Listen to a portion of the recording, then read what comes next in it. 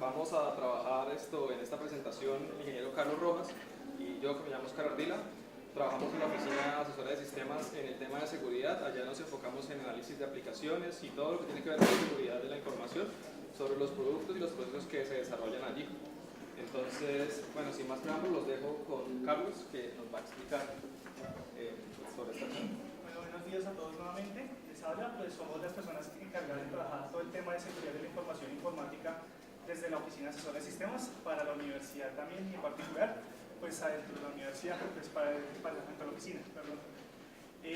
La idea de esto, pues cambiar un poquito la temática de la presentación también era lo que hablaba el profe Alejandro, de tocar todo este tema para que de alguna forma nos sensibilice y de alguna forma al final explicarles todo el tema de concientización acerca de tipos de delitos informáticos. Entre esos pues que estaría todo el tema del ransomware, que en últimas pues es el secuestro de la información.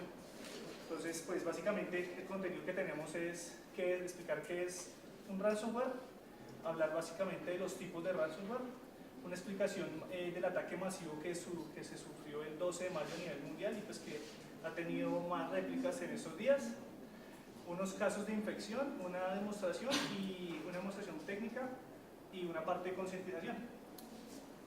Bueno, entonces, ¿qué es ransomware? Entonces, es básicamente un delito informático, o sea, si lo tomamos desde la parte de la ley, del ámbito legal, es un delito informático el cual lo que busca es de alguna forma privar la información para obtener un beneficio a cambio, llámese dinero, llámese más información, llámese cualquier tipo de extorsión o cualquier tipo de necesidad que tenga el ciberdelincuente de obtener, y por ese motivo pues realiza este tipo de ataque. Entonces pues básicamente eso, lo que busca es secuestrar la información para obtener un objetivo a cambio. Eso es básicamente lo que es un ransomware. Los tipos de ransomware, bueno, pues digamos que nosotros los logramos englosar en estos tres tipos. Básicamente hay muchísimos digamos que en la internet profunda y demás uno puede encontrar varios exploits de este tipo con muchísimos nombres, pero básicamente qué es lo que hacen unos a diferencia de otros, aunque al final todos van al mismo punto, que es el secuestro de la información. Entonces por un lado tenemos los que se encargan directamente de todo el cifrado de archivos. Aquí hay muchísimos que son los que más nos afectan, muchos tipos de ransomware que lo que buscan es eso, cifrar toda la información que tenga algún tipo de valor para uno o para la compañía. Acá hay tipos de ransomware con los cuales a medida que va pasando el tiempo y si la persona no paga el rescate, empieza a eliminar archivos progresivamente y empieza a eliminar archivos. O sea, básicamente los escenarios son de acuerdo a cómo el ciberdelincuente los diseña. Sí, hay muchísimos de ese caso. Hay otros que se encargan al principio, hace mucho tiempo, de tratar vulnerabilidades de servicios en la nube. Entonces cifraban los archivos que estaban en Dropbox también y se les solicitaba pues a la persona hacer algún tipo de pago para recibir estos archivos. Hay otro tipo de ransomware que afectan no solamente los archivos, sino que también atacan directamente el equipo. Entonces atacan el master boot record y lo que hacen es apagar el equipo completamente. Entonces queda uno totalmente impedido y para acceder tanto al computador y luego para acceder a los archivos. Aquí cabe aclarar que hay formas de uno restaurar el sistema a otras digamos que a otras instancias seguras, pero igual listo, uno ya va a poder tener acceso al computador, pero igual seguirá existiendo el problema de poder encontrar la llave privada para poder descifrar los archivos. Así más o menos básicamente se contemplan los descifrados de archivos y bloqueo de equipo. Y por último, los dispositivos móviles. Básicamente ya eso es lo que están atacando hoy en día, aunque también ya se empieza a trabajar en otros escenarios, pero es replicar los mismos escenarios que antes hemos visto sobre los dispositivos. Entonces ya están atacando sistemas operativos Android, sistemas operativos Mac y demás que trabajan a través de estos dispositivos móviles. Es básicamente eso. Y sobre ellos tres hay diversidad de de tipos de ransomware. ¿Qué nombres? Bueno.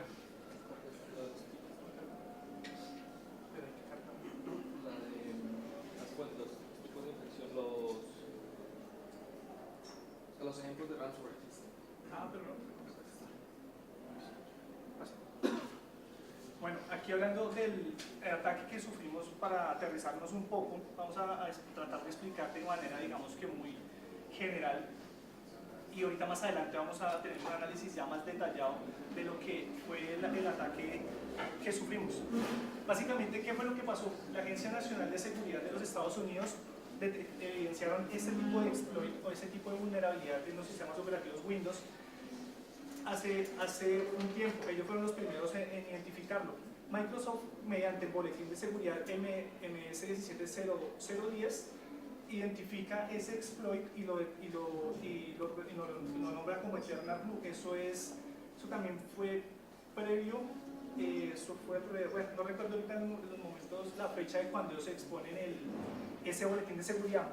Shadow Brokers son unos hackers que se encargaron de robar ese exploit, y eso más o menos fue el 14 de abril, y ya pues el 12 de mayo es cuando empezamos a sufrir el ataque que ya todos conocemos.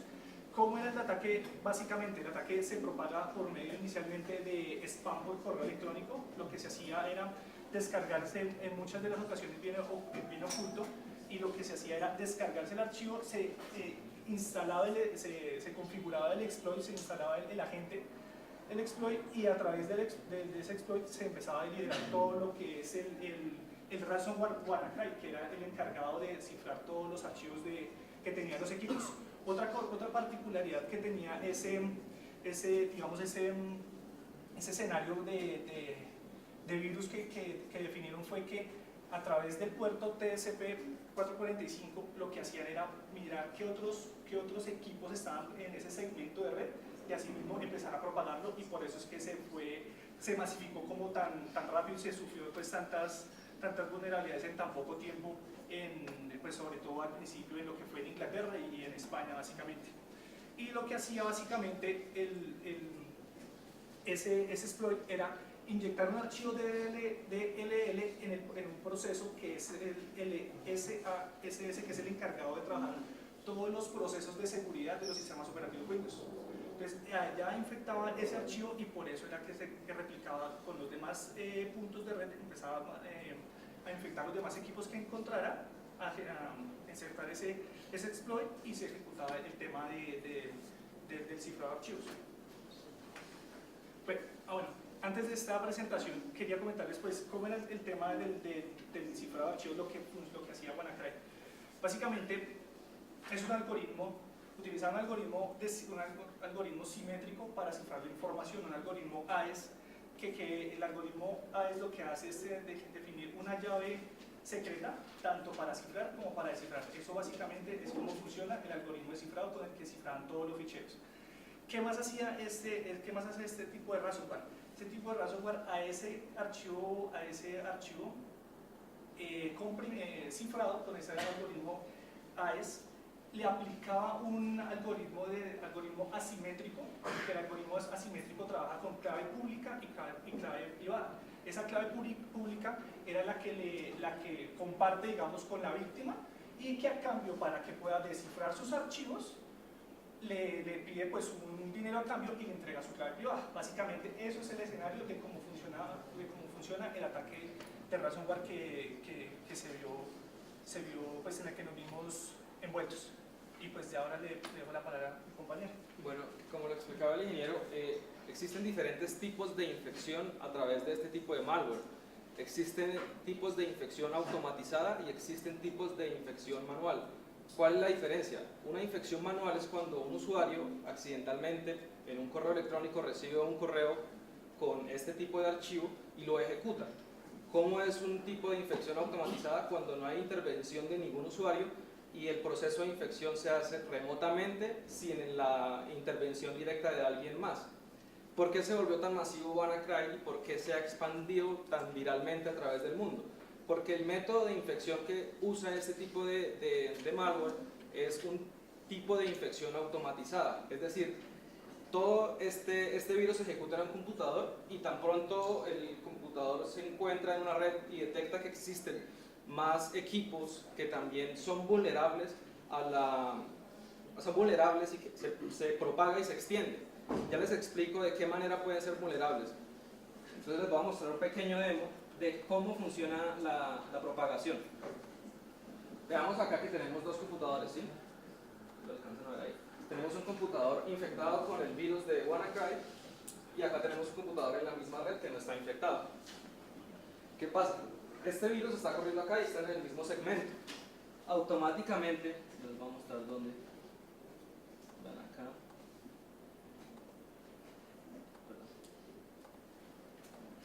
Desde acá. Vean, esto está infectado, ya está pidiendo pues cobrando por desencriptar los archivos, y el mismo virus en este momento está escaneando en toda la red qué otros computadores son vulnerables, qué otros computadores se pueden infectar. Tan pronto se dieron cuenta que ya se infectó el de allá, automáticamente este computador infectó al otro. ¿Cómo pasa eso o por qué sucede eso? Dentro de los métodos de infección automatizada, ¿cómo este tipo de malware escala? A través de algo que se llaman los exploits. En seguridad, un exploit es un programa informático que permite aprovechar una vulnerabilidad y volverla, o sea, ejecutar realmente una vulnerabilidad. Por ejemplo, nosotros sabemos que existen diferentes como guardas de seguridad en las puertas, pero sabemos que existe una versión específica, digamos, la guarda de seguridad de la marca tal es vulnerable a este tipo de llave. Yo con esta llave puedo abrir todas esas guardas. Un exploit es eso. Un exploit es un programa que me permite aprovechar una vulnerabilidad en una versión específica o específicas de algún sistema. Entonces, ¿cuál es el exploit con el que se propaga WannaCry? Resulta que hace algún tiempo, como explicaba el ingeniero también, hubo un grupo que se llama The Shadow Brokers, que se autodenominan en Internet. Y está la Agencia de Seguridad Nacional, la NSA. La Agencia Nacional de Seguridad, pues se supone que lo ideal de ellos no es espiar, pero ellos desarrollaron un montón de exploits que no publicaron y que los guardaron a nivel estatal en su conocimiento y los tenían. Tenían un montón de vulnerabilidades y un montón de utilidades guardadas. The Shadow Brokers logró extraer esa información de la NSA, que es un grupo que se autodenomina así, e hizo pública esta información. Empezó con un proceso, no fue pública, los exploits no se hicieron públicos de un día para otro. Shadow Brokers empezó dice que accedió y sacó esos datos desde el 2016 a la NSA. Empezaron a vender estos exploits de manera, pues con subastas, empezaron a decir, bueno, tenemos un exploit que es capaz de vulnerar los equipos de Windows 7, ¿quién da más por ello? Entonces empezaron así a hacerlo públicamente en internet y no les fue muy bien. Luego empezaron a venderlos directamente y luego liberaron esos exploits hace un mes. ¿Por qué existe un mercado negro de exploits? Pues por la sencilla razón de que teniendo acceso a la llave con la que puedo abrir sistemas bancarios, sistemas transaccionales, sistemas de empresas, pues yo podría, digamos, si yo sé que, bueno, como desde la perspectiva del atacante, si yo sé que a mí me cuesta, digamos, Eternal Blue, me cuesta, no sé, 1000 bitcoins o, bueno, hablemos de dólares, de $1.000.000, yo sé que eso es lo que me puede costar tener la herramienta necesaria para hacer el sabotaje de un sistema electoral de un país. Si las herramientas del sistema electoral corren bajo esas tecnologías. Si yo puedo, digamos, automatizar, sacar dinero de bancos a nivel mundial. Ellos además de esos exploits que les digo para Windows, encontraron otros tipos de exploits mucho más avanzados para herramientas como Swift, que son herramientas que se usan a nivel de códigos entre bancos para transferencias internacionales. Entonces, toda esta exposición de esos datos que tenía la NSA, pues desde la perspectiva gubernamental está mal, ¿no? Pues porque es que todos los procesos de seguridad que implican en el desarrollo requieren de que si se encuentra una vulnerabilidad, inmediatamente se parche. ¿Qué pasa si alguien encuentra una vulnerabilidad tan grave y la guarda, o la guardan como ellos? Pues pasan ese tipo de cosas. Microsoft o la herramienta o el programa en específico que tenga que solucionarla, no la va a poder solucionar de inmediato cuando alguien, es como si yo les dijera, tengo las llaves de toda esta universidad, de todas las puertas, cójanlas. Y entonces le echo la culpa a la universidad porque no tiene cómo cerrar esas llaves. Entonces no podemos echar la culpa ni a Microsoft ni a las empresas que hacen estos programas porque ellos tienen todo un protocolo del ciclo de vida de las vulnerabilidades. El problema es de los gobiernos, en este caso de la NSA, por haber guardado esos exploits y no haberles dado el ciclo de vida necesario. Entonces, estas son las herramientas que se lograron extraer y les voy a mostrar técnicamente cómo explotar esta vulnerabilidad de Eternal Blue y voy a simular cómo hace el malware WannaCry para infectar los demás archivos. Ya les voy a mostrar cómo. Entonces, primero que todo, vemos que existe un sistema operativo Windows 7. Tenemos algunos archivos, tenemos una carta que es un documento, tenemos una foto y tenemos pues un archivo que se llama nómina. Estos son los tres archivos valiosos de este equipo. Cabe resaltar que este equipo está aislado en una red que solamente le compete a una red virtual de este computador, entonces no hay peligro de propagación del virus en redes externas. Entonces, este es el atacante. Entonces, no sé si la idea, lo importante ahorita es que entendamos el concepto de exploit como programa, ¿no?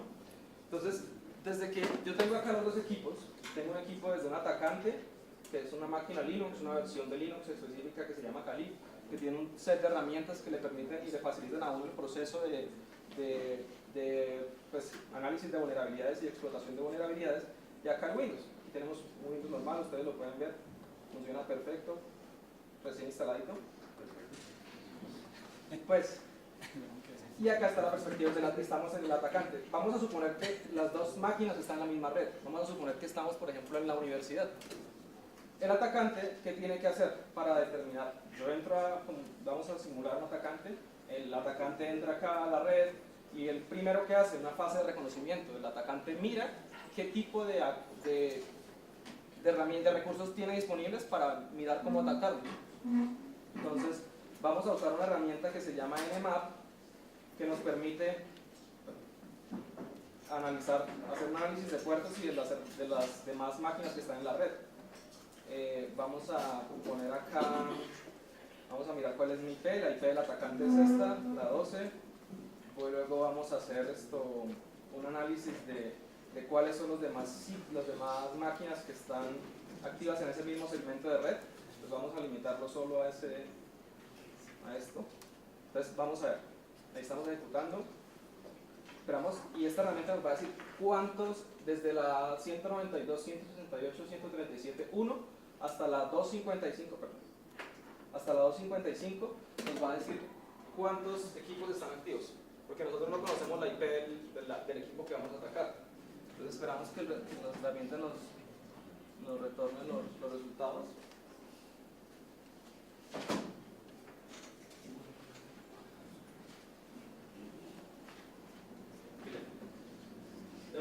Scan report por 192, 168, 137, 111 nos encontró que hay un host en esa dirección y que está arriba.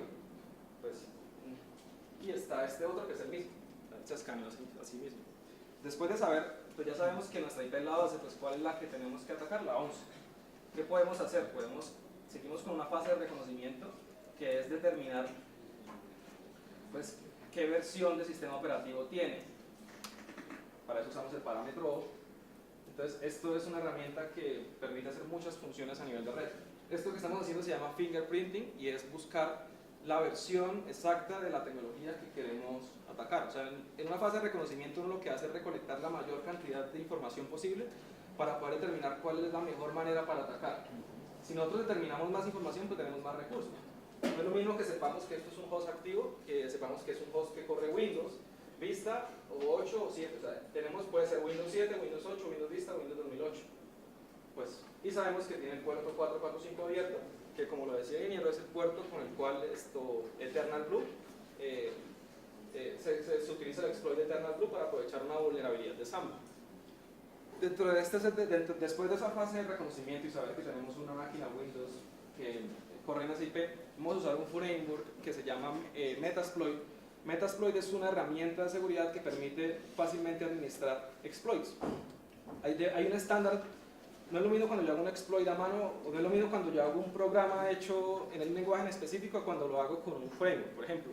No es lo mismo usar, digamos, PHP a usar Laravel, o no es lo mismo usar Go a usar Vigo. Entonces siempre hay una herramienta que le facilita a uno el proceso para hacer las cosas. Metasploit es una herramienta que le permite a uno estandarizar el proceso en cómo uno escribe exploits y cómo se indexan. Entonces vamos a usarlo. Yo previamente descargué y pues instalé los exploits necesarios para aprovechar esta vulnerabilidad.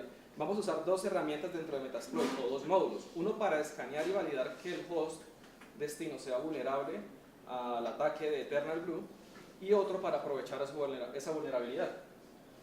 Entonces, no voy a explicar con detalle cómo usar el framework, pero voy a explicarles qué vamos haciendo. Vamos a cargar el escáner de la vulnerabilidad.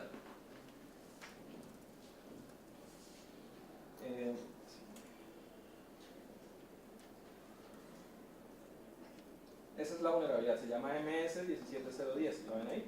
Esto nos va a permitir escanear.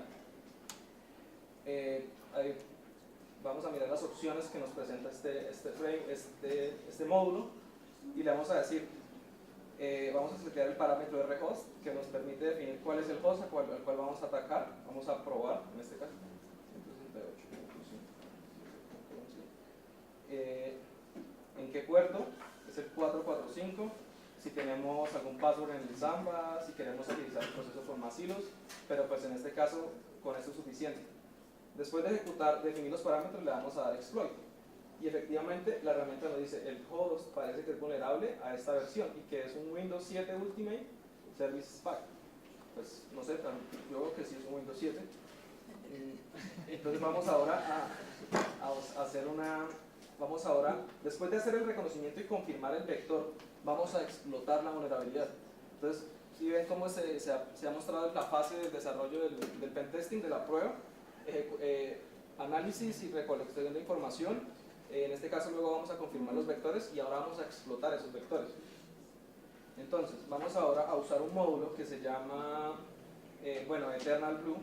Ya, eso debe estar acá, exploit, Windows, Samba.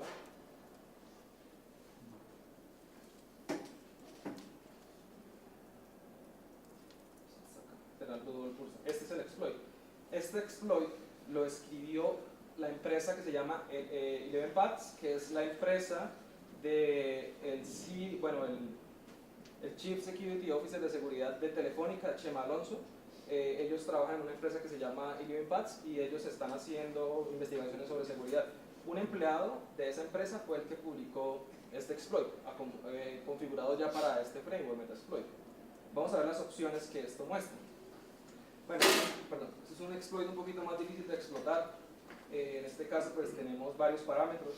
En este caso vamos a definir algunas cosas. Primero necesitamos definir el proceso que vamos a inyectar. En este caso, pues va para ahorrar tiempo. Ya sé que la arquitectura es 64 bits de esa máquina, pero igual se pueden hacer dos pruebas, 64 y 32. Le digo, vamos a usar esta inyección en este proceso, en el lsass.exe, luego vamos a usar el puerto, luego vamos a definir la arquitectura, vamos a decirle que es una arquitectura de 64 bits, porque a nivel de binarios, la mayoría de la ejecución de los exploits depende mucho de la arquitectura. Cuando se hace un exploit y cuando un exploit se ejecuta, hay algo que se llama el payload. El payload es como ese código adicional que yo quiero ejecutar después de que explote una vulnerabilidad.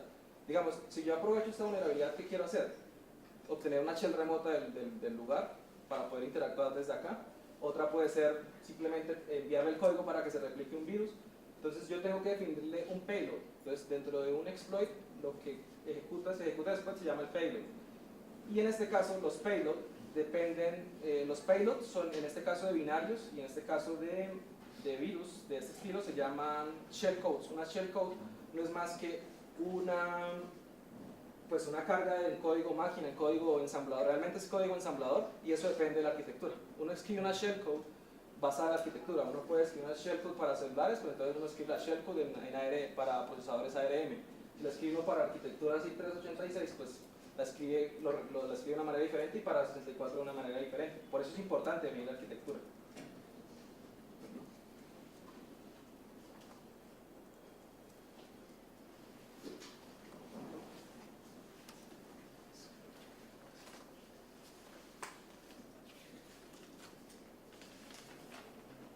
De nuevo, show options.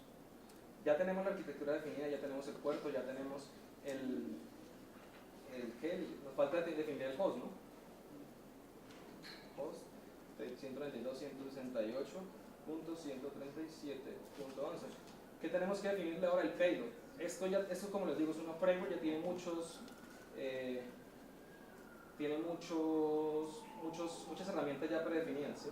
Entonces, lo que hacemos es set payload, cargar una shellcode de 64 bits que nos permita que cuando se infecte el computador nos dé una consola remota de él.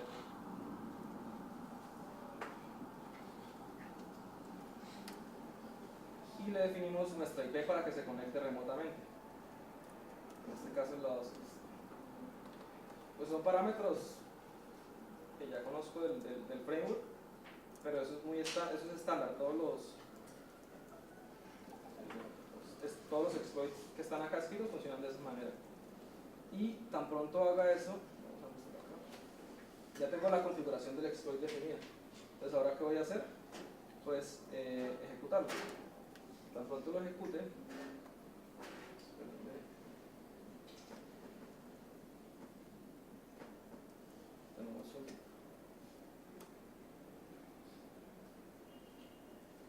bueno, aquí no es el error del exploit, no encoders, entonces ya miramos cuál es el problema.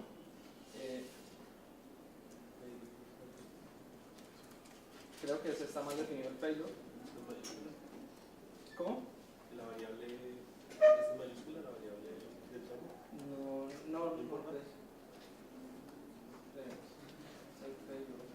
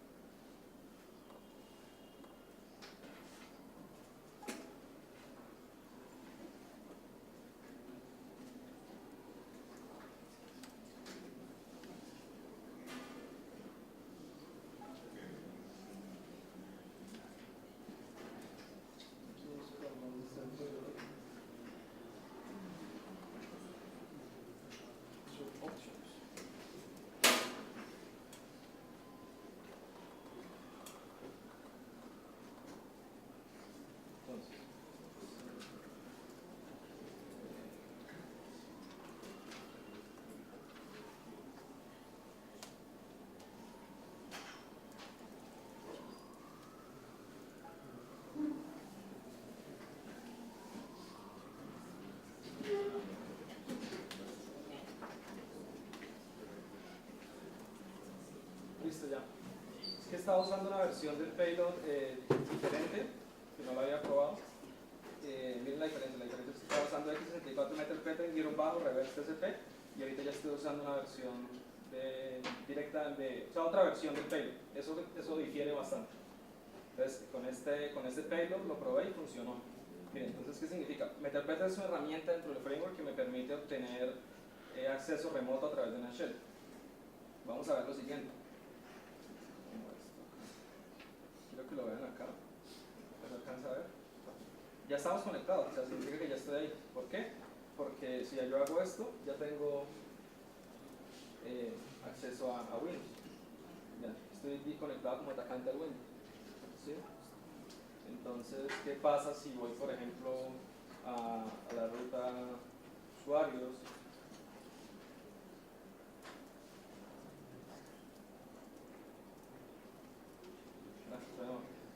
No me conozco bien esta, entonces voy a usarla con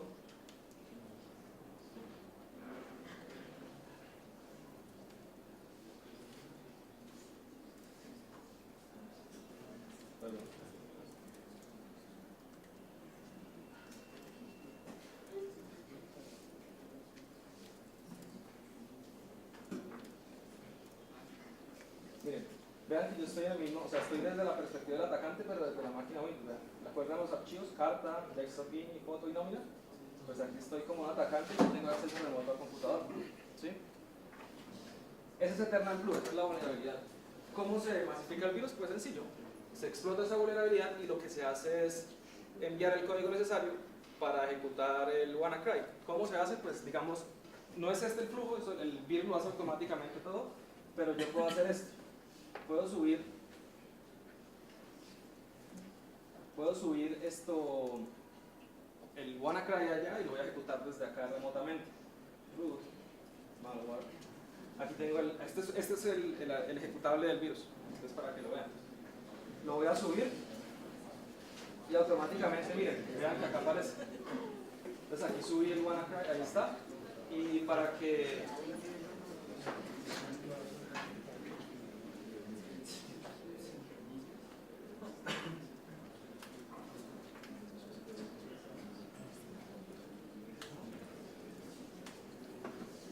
quiero que lo vean acá. Y miren, ya estoy conectado remotamente a la máquina. ¿Cómo hago para que el virus se ejecute? Pues lo ejecuto también remotamente. Y miren lo que pasa acá. Ya tenemos ya tenemos el computador remotamente infectado. Entonces, aquí ya está el Windows 7 infectado y está a través de la vulnerabilidad de Eternal Blue. Se pueden hacer estas cosas, se pueden automatizar. ¿Por qué son tan graves estas vulnerabilidades de código remoto? Porque no necesariamente esto es lo que se puede hacer. Cualquier cosa que ustedes puedan ejecutar y cualquier programa que puedan ejecutar en Windows, ustedes se lo pueden poner como payload y pueden ejecutarlo. O sea, si digamos ustedes, o bueno, los atacantes hacen pruebas mucho más automatizadas, digamos, por ejemplo, para objetivos específicos. Por ejemplo, un banco, pues ellos no van a ponerse, bueno, eso puede ser una opción, encriptarlos, pero otra cosa puede ser extraer documentos para hacer ataques más personalizados. Entonces, les voy a comentar ahora qué sigue, qué es lo que pasa con esto. Esto es solo un exploit que tenemos, de los cuales se han liberado. Hay otras herramientas que no están acomodadas al framework de Metasploit, no son tan fáciles de configurar e instalar. La NSA tiene un framework propio para explotación de vulnerabilidades, y en la medida en la que vayamos avanzando ahorita en estos meses, vamos a encontrar framework, estos mismos exploits hechos para Metasploit y otras herramientas que hacen más fácil su explotación, que hacen tan fácil que no requieran de una cuestión tan técnica, de un conocimiento tan técnico. Entonces vamos a empezar a ver que todos estos exploits, vean, miren, van a empezar a salir exploits más para Windows 7, para Windows XP Server 2008, aquí para Oracle, esta herramienta que se llama Passfreely, que permite bypassar la autenticación en servidores Oracle. Vamos a encontrar esto ya está en internet y ya hay gente hay atacantes especializados que saben cómo, pues esto es escrito en Python, entienden el lenguaje y pues simplemente lo replican, pero ¿cuándo se hace masivo? Cuando se hacen herramientas más fáciles de usar, cuando alguien lo crea el módulo para Metasploit para que cualquier persona lo haga. Entonces van a seguir saliendo estas cosas. ¿Y qué sigue? Más 0 days. ¿Qué son 0 days? Exploits, los cuales se publican pero no se le informa al vendor, o sea al productor, que les está fallando. Es como si yo sacara toda esta lista y Microsoft se diera cuenta a los 3 días que eso está público. Eso van a seguir saliendo. Y resulta que Shadow Brokers, que es la herramienta, que el grupo de hackers que logró filtrar esa información, ellos hacen públicos algunos mensajes. Y miren lo que escribieron, pues básicamente están diciendo que en junio ellos van a lanzar un servicio que se llama Datadome del mes. Es un servicio como un modelo de suscripción sobre el cual ellos esperan vender vulnerabilidades que han sacado de la NSA, de navegadores, de routers, de otras herramientas. Van a sacar nuevos exploits para Windows 10, van a comprometer datos SWIFT de lo que les dije y van a empezar a mostrar información pública que han logrado extraer del gobierno ruso, chino, iraní y Corea del Norte acerca de programas nucleares. Entonces esto nadie se tomaba en serio de Shadow Brokers. Todos decían que no, que ellos no hacían nada y que eso era puro cuento, que tenían exploits. Pero pues veamos el primer ejemplo. Ya mostraron un exploit, ya mostraron el impacto de este exploit. Muy probablemente van a seguir saliendo estas herramientas y van a estar, pues la seguridad va a estar un poquito, va a ser un tema de que hablar mucho este año. porque estos exploits al fin y al cabo son la herramienta para que los virus se masifiquen, es una herramienta con la cual los virus pueden seguir creciendo. Hay dos cosas que no les conté acerca del virus, y es, una, se cree, ayer salió un comunicado de un ingeniero de Google donde hay firmas de este malware que se relacionan con otro malware que fue desarrollado por otro grupo de hackers que se llama Lazar Group, y este grupo se cree, no es nada confirmado, que está patrocinado por el gobierno norcoreano. Entonces hay mucha relación entre este WannaCry, el gobierno de Norcorea, y una versión anterior de malware que se realizó, que se desarrolló. Entonces vemos cómo a nivel, o sea, cómo la seguridad y con este tipo de leaks tan grandes y con esos errores gubernamentales de guardar los exploits se pueden generar un caos mundial tan grande. Que vamos a seguir encontrando más variaciones de ransomware. Digamos, ya la criptografía que tenemos hoy en día nos permite encriptar un archivo y pues realmente que sea bastante difícil desencriptarlo de nuevo. Simplemente vamos a encontrar más variaciones. ¿En qué van a diferir? En que van a usar métodos de exploits más nuevos, van a usar diferentes tipos de encripciones diferentes, van a buscar, de pronto esto no va a ser solo un exploit el que va a usar, sino van a usar todo el tool de herramientas de la NSA, entonces va a masificarse fácilmente, en fin, todas estas cosas. Vamos ahora a hablar de la concienciación de esto, porque es importante tener como algunos controles de seguridad para prevenir este tipo de ataques. Bueno, ya lo que les comentaba el ingeniero Oscar con esa explicación tan técnica y tan detallada sobre lo que fue ese ataque que tuvimos. Esta imagen la tomé de una fuente de Deloitte, que ellos también trabajan y toman conciencia sobre todos los temas relacionados con seguridad. Entonces ellos emitieron un documento sobre también relacionando qué es el ransomware, cómo fue el escenario de ataque, explicándolo todo paso a paso. Pero pues digamos que acá pues, se entendió mucho mejor desde una manera técnica, pero pues quizás de ellos tomamos esta parte y hablaban directamente lo que nos compete cerca al ransomware es este tema, mantener todas las aplicaciones de software y antivirus al día, es decir, y sistemas operativos, todo el tema de parcheo, si sale un parche de seguridad es necesario, es obligatorio que tomemos conciencia de eso en las organizaciones, las personas que nos dedicamos a trabajar seguridad, es como nuestra entrega de valor para las entidades. Muchas veces está mal visto, o sea, no se tiene la conciencia y la cultura de lo que entrega seguridad a la organización, pero es porque no toman conciencia que les estamos de alguna u otra forma tratando de salvaguardar sus activos. Entonces, esta parte es bastante importante. Otro tema es no confíes en dispositivos ajenos, Wi-Fi públicas, aunque requieran contraseñas. Todo este tipo también de información y de conexión, que uno ve una Wi-Fi, una red y de una se va colgando, puede haber sniffers, puede haber muchísimos atacantes que lo hacen de aposta simplemente para coger la información de uno. Está todo el tema de no descargar ni ejecutar ficheros ni aplicaciones de origen no desconocido.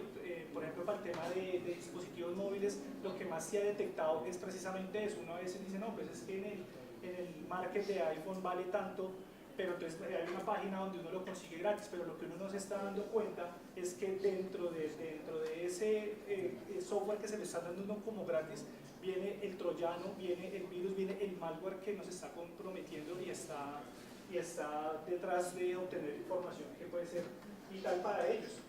Todo ese tema de no enviar información del trabajo en email y personal ni viceversa, tener muy presente eso. A veces en las entidades los servidores de correo están muy bien protegidos y de esa forma se busca que todo lo que sea información crítica, sensible, privada, pública, se trabaje necesariamente a través de esos correos. Entonces nosotros tenemos la costumbre de, no, ese correo yo lo manejo con el personal y luego voy y abro mi correo en el café de la esquina y el café de la esquina de pronto tenía un keylogger y cogió mi sesión o me roba la cookie de la sesión y ya tiene mi sesión y tiene toda la información de la nómina, la información transaccional. Bueno, muchísima información. O sea, yo se los pongo en este escenario crítico porque estando afuera trabajando, eso es lo que nos va a pasar. Entonces es un llamado a eso, como que tomemos conciencia. De pronto lo digo de manera personal, hace mucho no he escuchado tanta gente hablar de seguridad, sino a través de ese ransomware que nos atacó a tanta gente, hasta mi mamá que es abogada empezó a hablar de eso y que seguridad. Entonces, sí, tecnológico, eso como que nos empieza a cambiar un poquito el foco y de mirar qué es lo que estamos haciendo, el deber ser de las cosas, cómo tratar de salvaguardarnos, nosotros mismos tomar nuestras propias medidas de prevención, ustedes también como desarrolladores tratar de utilizar buenas prácticas de desarrollo, todo el tema de buenas prácticas, todo el tema de frameworks también, basarse en muchas cosas que les ayudan para tratar de salvaguardar de alguna u otra forma, pues nuestros activos, que es lo